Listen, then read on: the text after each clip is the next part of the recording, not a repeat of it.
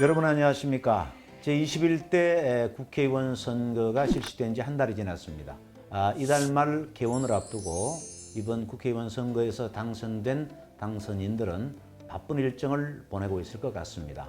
오늘은 성북 갑 지역구에서 당선된 김영배 당선인을 모시고 이번 국회에 등원하게 되는 포부 또 앞으로의 활동 계획 등을 듣는 시간을 마련했습니다. 네, 안녕하십니까? 안녕하십니까? 네.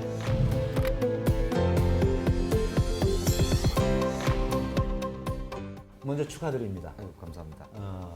청와대에서 근무하시다가 네. 이번 국회의원 선거에 출마하셔서 당선이 되셨는데 180석이라고 하는 무게도 그러하지만 또 초선인데 60% 넘게 지지를 보내주셔서 사실 굉장히 어깨가 무겁습니다. 제가 성북구청장을 8년을 하고 국회의원 선거에 나섰는데 이렇게 좀 지지를 많이 보내주신 게 지역에서 일꾼이 나왔으니까 더 한번 잘해봐라 이런 이제 기대 같아서 굉장히 어깨도 무겁고 또 더 열심히 해야 되겠다 이런 생각을 하게 됩니다. 진심으로 감사하다는 말씀 드립니다. 좀 부드러운 말씀 얘기를 좀 나눠보죠. 그 지역구가 이제 성북 가을인데 네네. 이 갑에는 현역 의원이 있었죠. 유승 의원이 있었고 네네. 을에는 기동민 의원이 있었는데 왜 갑을 선택을 하셨어요? 가벼운 이야기가 아닌데요. 그렇습니까? 제가 원래 대학 때부터 네. 인연을 가지고 있는 곳이 바로 성북 갑구입니다. 제가 20살 시절에 부산 고향에서 올라와서 처음 인연을 맺고 쭉 살아온 곳이기도 하고요. 네. 굉장히 애정을 가지고 있는 곳이기도 해서 자연스럽게 성북 갑구가 네. 선택을 하게 된 거라고 보고요. 예. 구청장 하다 보면은 뭐 갑구 울고 다 하지만 예. 구청 소재지가 또 갑구거든요. 그렇죠. 예, 예, 그러다 예. 보니까 자연스럽게 이렇게 네. 들어가니까. 아마 구청장 하실 때는 지역 현안을 주로 많이 살피시는 일이었다 하면은 네. 이제는 이제 국가 문제에 대해서 많은 관심을 갖고 일을 하셔야 될 상황인데 국가 문제에 대해서는 어떤 분야에 주로 관심이 많으십니까? 국난 극복 경제 회생. 이게 국내 문제면 좀 덜 하겠습니다만 미국, 유럽, 전 중국, 세계적인 이런 이제 문제가 있죠. 세계적인 위기가 지금 닥쳐오고 있고 그게 또 언제까지 어떻게라고 하는 것도 잘 가늠이 안 될 정도이기 때문에 이런 불확실성이 조금 제거될 때까지는 아무래도 국난 극복 경제 회생. 저는 개인적으로 이제 지방자치 출신이기도 그렇죠. 하기 때문에 네.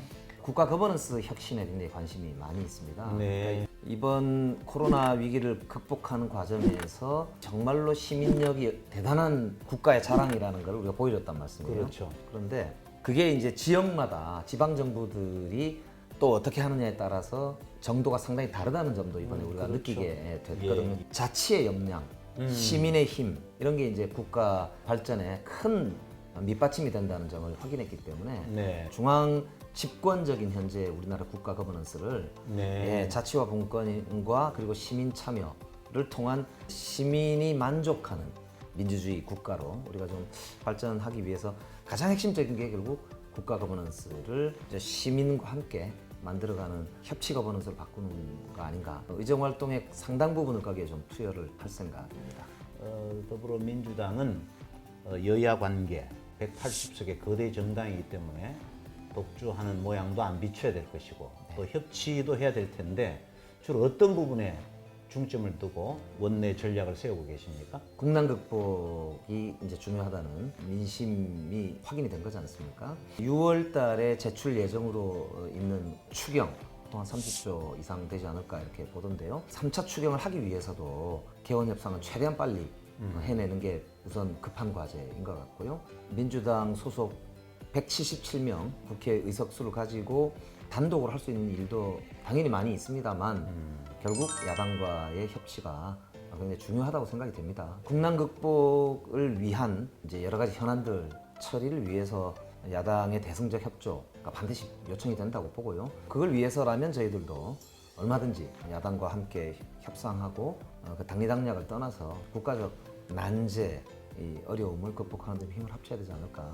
문제는 앞으로 여러 가지 이 개혁 입법이라든지 또 공수처 문제라든지 추진해 나가는 데 있어서 야당과 부딪힐 부분들이 많거든요. 네. 일부에서는 절대 다수 의식을 가지고 강하게 밀고 나갈 것이다라고 하는 시각이 있는 반면에 야당과 협조하는 모습으로 겸손하게 가자 하는 그런 두 가지의 얘기가 있습니다. 네. 지금 민주당에게 가장 필요한 단어가 있다면 네. 조율된 유능함이다 이렇게 보거든요. 아하. 국정의 우선순위, 과제의 선급 그걸 잘 구분하고 두 번째로는 국민의 뜻을 잘 받들고 국민의 눈높이에 맞추는 그런 정치가 필요하다고 생각하거든요. 결국 야당 설득하는 것도 국민의 눈높이에 맞다면 저는 야당도 거부할 수 없을 거라고 보거든요. 단독 과반이 넘기 때문에 밀어붙일 거냐 아니면 뭐 협상할 거냐 결국에는 국민적 동의와 국민적 이해가 전제가 된다면 저는 어느 것도 우리가 선택할 수 있다. 다만 이제 저는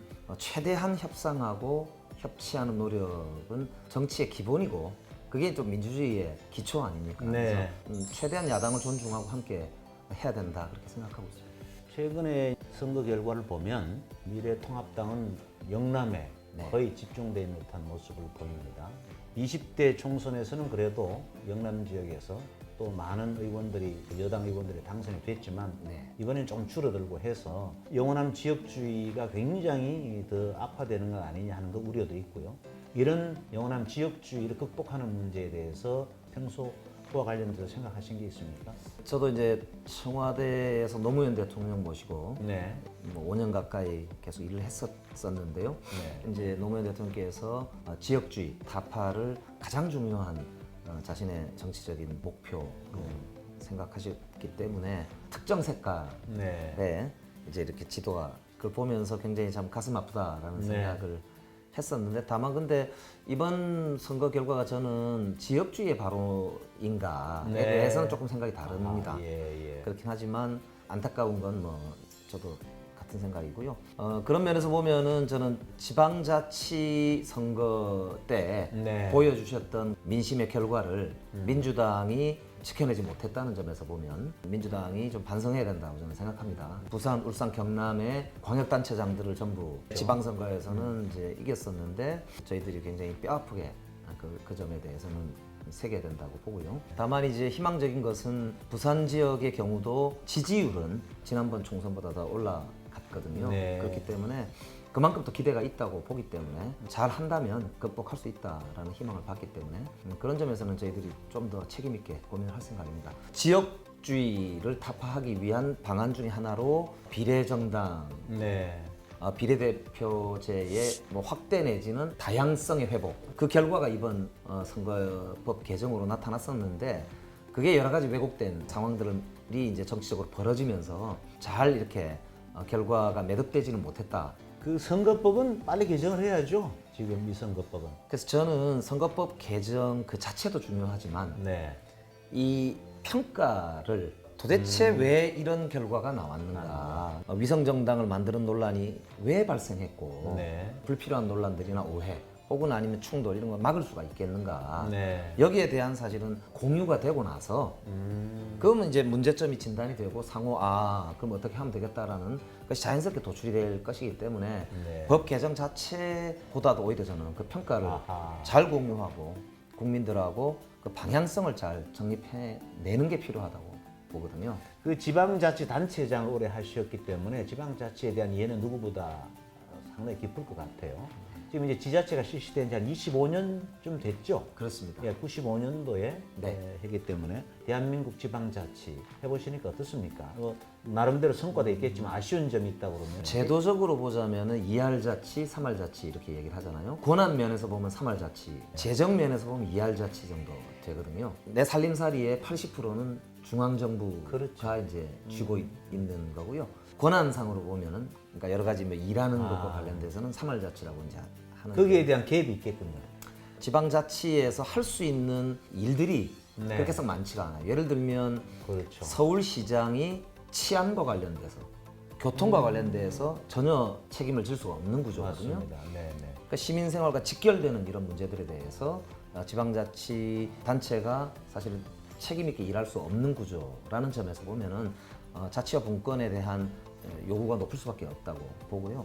현안으로 보자면 당장에 이제 자치경찰제 입법, 검찰개혁 이후로 경찰이 공룡화되는 거 공룡화되는 아니냐. 걸 누가 견제할 거냐. 예, 이런 이제 지적들이 있거든요. 그렇죠. 그래서 네. 국가경찰과 지방경찰로 분리하고 국가경찰 내에서는 수사를 전담하는 국가수사본부와 정보경찰, 지역에서 이제 여성 청소년의 문제를 포함해서 치안, 교통 이런 생활적 문제들은 시민과 가까이 있는 자치경찰이 수행하는 것이 훨씬 더 효율적이고 효과적이다라는 거를 좀 이번 국회에서는 꼭 좀 제도화 시켰으면 좋겠다는 생각을 가지고 있고요. 지방자치 후배들에게 꼭 좀 네. 강조하고 싶은 것은 권한이 있든 없든 네. 가장 중요한 것은 결국 모범으로 일하고 성과로 말해야 한다. 결국 어쨌든 책임은 선출된 자치단체장이 모든 책임이 있는 거거든요. 그렇죠. 권한이 있든 없든 하여튼 열심히 하다 보면 네. 또 시민들의 지지 속에서 제도도 바뀌는 것이고 예. 권한도 늘어나게 되는 것이어서 저는 결국 우리 지방자치의 미래는 그런 모범을 얼마나 만들 수 있느냐, 얼마나 성과를 우리가 국민들과 공유할 수 있느냐, 네. 거기에 달리지 않았나. 구청장도 하시고 국회의원 하셨는데 혹시 서울시장에 도전한다 이런 생각 해보신 적 아유, 있어요? 과분하신 말씀이고요. 네. 국회의원 임기가 시작이 됐기 때문에 네, 네. 제가 맡은 일을 열심히 하는 게 중요하다고 생각을 네. 하고요. 이제 다가오는 지방선거는 대통령 선거와 함께 치러지는 대통령 선거가 3월 초기 때문에 지방선거가 6월 달에 있죠? 예, 그렇습니다. 예, 그래서 2022년 6월. 맞습니다. 3개월 차이로 전국적 선거가 동시에 두 번 치러지는 것은 좀 그렇겠네. 비효율적이다라는 글쎄. 지적들이 있기 때문에 네. 좀 그 뭔가 통합해서 치러질 수도 있나요? 그게? 대통령의 임기는 헌법상이기 때문에 개헌을 해야 돼서 그거보다는 아무래도 지방자치법을 개정해서 한다면 그렇게 해야 될 것 같은데 같이 하는 게 꼭 좋은지는 왜냐하면 정치적으로 이제 대통령 선거 결과에 따라서 너무 또 좌우될 수가 지방선거가 있죠. 좌우될 수도 있고 하기 때문에 맞습니다. 지방자치 취지에 맞느냐는 논란이 있을 수 있거든요. 그렇기 네, 때문에 그런 이제 논의를 하는 과정에서 국민들과 좀 소통할 수 있을 것으로 생각합니다. 상당히 중요한 문제인 것 같습니다. 네. 이게 2022년 3월, 2022년 6월 네. 이 두 개의 선거를 어떻게 할 거냐 상당히 고민해야 될 과제인 것은 분명한 것 같습니다. 네. 자 이제 앞으로 국회에 이제 들어가셔가지고 4년 동안 의정 활동을 열심히 하실 텐데 어떤 각오와 어떤 포부로 하실지 우리 시청자들에게 마지막으로 한 말씀. 예, 아시아투데이 시청자 여러분, 김영배입니다. 저는 시민과 토론하는 정치인이 되고 싶습니다. 국회가 자기들끼리만 토론하고 자기들끼리 싸우고 자기들이 좋아하는 주제만 다룬다, 이런 이제 국민적 질타가 많은 것도 사실이지 않습니까? 그래서 사실은 정당 간 경쟁이 중요하고 정당 정치가 우리 민주공화국의 기본 얼개입니다만 그거의 기초는 역시 시민적 동의와 국민적 합의라고 저는 보기 때문에 국민들과 토론하고 시민들과 토론하는 그런 정당 정치를 꼭 하고 싶습니다. 많이 응원해 주시고 더 좋은 의견, 질타 주저하지 마시고 함께 주셨으면 좋겠고요. 아시아투데이와 함께 더 많은 분들과 고민도 함께하고 또 질타도 함께 받고 하는 그런 정치인 김영배를 많이 좀 응원해 주시고 함께 해주셨으면 좋겠습니다. 고맙습니다. 네. 오늘 긴 시간 인터뷰 응해 주셔서 대단히 감사합니다. 앞으로 감사합니다. 성공한 정치인이 되길 빌겠습니다. 네, 고맙습니다. 고맙습니다. 네.